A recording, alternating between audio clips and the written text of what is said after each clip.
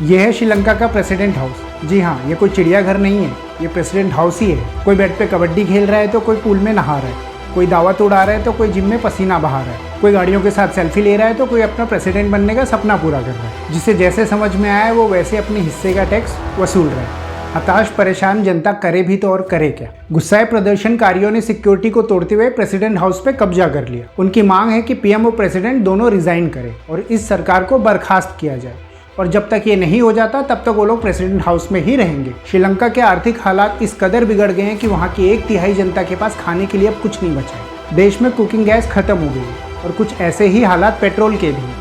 Petrol pump पे भीड़ लगाई इस जनता को तो आप देख ही सकते हैं, पर पेट्रोल यहाँ पे भी नहीं। पर्सनल कार को पेट्रोल नहीं दिया जा रहा। नौबत यहाँ तक आ गई है कि पेट्रोल पंप पे आर्मी लगानी पड़ी। वैसे आर्मी सिर्फ पेट्रोल पंप पे ही नहीं लगी, आर्मी पूरे देश में लगा दी गई है। सरकार ने शूट एट साइट के ऑर्डर दिए।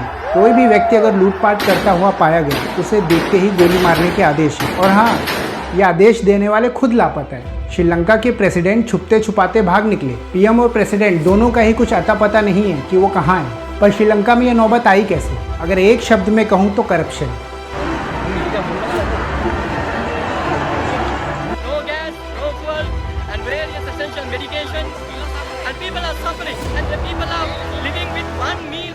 पर पहले अभी के हालात को समझते हैं कि हुआ क्या है। श्रीलंका कोविड के बाद से ही इकोनॉमिक क्राइसिस का सामना कर रहा था, पर पिछले 6 महीने में हालात बद से बदतर हो गए। इन्फ्लेशन लगभग 55% तक पहुंच गई है, जो पिछले महीने 39% थी और उसके पिछले महीने 29%। और बात की जाए साल की शुरुआत की तो वो 14% थी।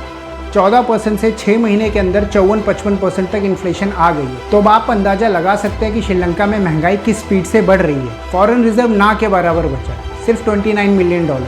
और Sri Lanka medicine, gas, petrol, food इनमें से कुछ भी इंपोर्ट नहीं करा पा रहा है, इसलिए देश में इन सब चीज़ों की शॉर्टेज हो गई है। वैसे श्रीलंका इकोनॉमिक क्राइसिस पे मैंने ऑलरेडी एक वीडियो बनाया है, मैं उसे एंड स्क्रीन में डाल दूंगा, आप उसे देखें। आपको उससे श्रीलंका इकोनॉमिक क्राइसिस का पूरा आइडिया हो जाएगा। वहीं श्रीलंका को $7 बिलियन का कर्ज रिटर्न करना था, जिसकी डेडलाइन अब खत्म हो चुकी है और श्रीलंका वो कर्ज नहीं रिटर्न कर पाया, जिससे अब उसे और लोन नहीं मिलेगा और श्रीलंका के पास अब बैंक करप्ट होने के अलावा कोई रास्ता नहीं बचा। वैसे श्रीलंका के ऊपर कुल मिला के $51 बिलियन का कर्ज है, जिसे चुका पाना श्रीलंका के लिए तो नामुमकिन है। श्रीलंका की इकोनॉमी कोलैप्स हो गई है और जनता इस सारी प्रॉब्लम का ठीकरा सरकार के ऊपर फोड़ रही है। श्रीलंका को एक फैमिली पॉलिटिशियन पार्टी रूल कर रही है।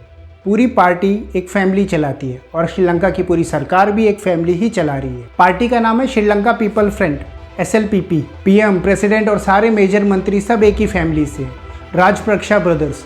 यही सारे ब्रदर्स मिलकर पूरा देश चला रहे हैं, या ऐसा बोलिए कि देश को डुबा रहे हैं। जैसे इंडिया ने 3.8 बिलियन रुपीज़ की हेल्प देने के लिए कहा है श्रीलंका को, वहाँ IMF ने भी कहा है कि वो देख रहे हैं कि किसी तरीके का बेल आउट पैकेज श्रीलंका के लिए ला सकते हैं कि नहीं। वहीं श्रीलंका का अपोजिशन न्यू पार्टी बनाने के कयास में लगा हुआ है। सारा अपोजिशन एकजुट हो चुका है। श्रीलंका को अगर इस प्रॉब्लम से बाहर आना है तो उसे ज़रूरत है एक स्ट्रॉन्ग लीडरशिप की और एक ईमानदार सरकार की। इस इंसिडेंट से हम इंडियंस को क्या सीख मिलती है? अगर देश सुरक्षित नहीं है तो हम भी सुरक्षित नहीं है। सरकार वही अच्छी जो देश हित में काम करे। छोटी मोटी सब्सिडी, फ्री की बिजली, फ्री का राशन, वोट के लिए कुछ लोगों को तो खुश कर सकते, पर एक दिन पूरे देश को रुला देंगे। आपको क्या लगता है, इंडिया की इकोनॉमिक कंडीशन अभी कैसी है?